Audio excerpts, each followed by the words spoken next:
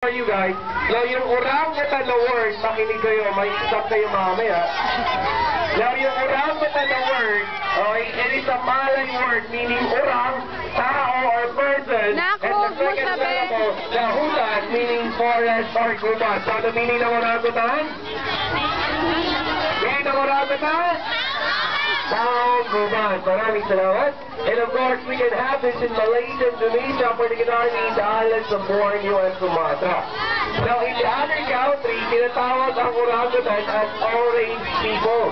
Now, for their long reddish brown hair. And of course, bakit siya kamukha ng tao? Any idea? Ha?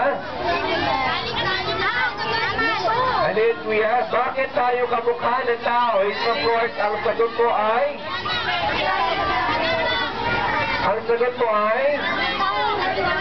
Sina, huwag po kayo mahiya. Okay. Na, bakit ko nilalapit kasi mag-video yung microphone sa dito?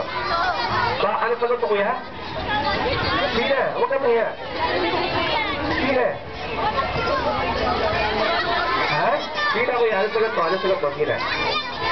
Kaya ito yung wala naman problema sa sagot mo. Kaya nga tayo nag-film trip, diba? Para matuto. Sige, ano sagot mo? Kasi? Siya. Ubus na oras natin, siya.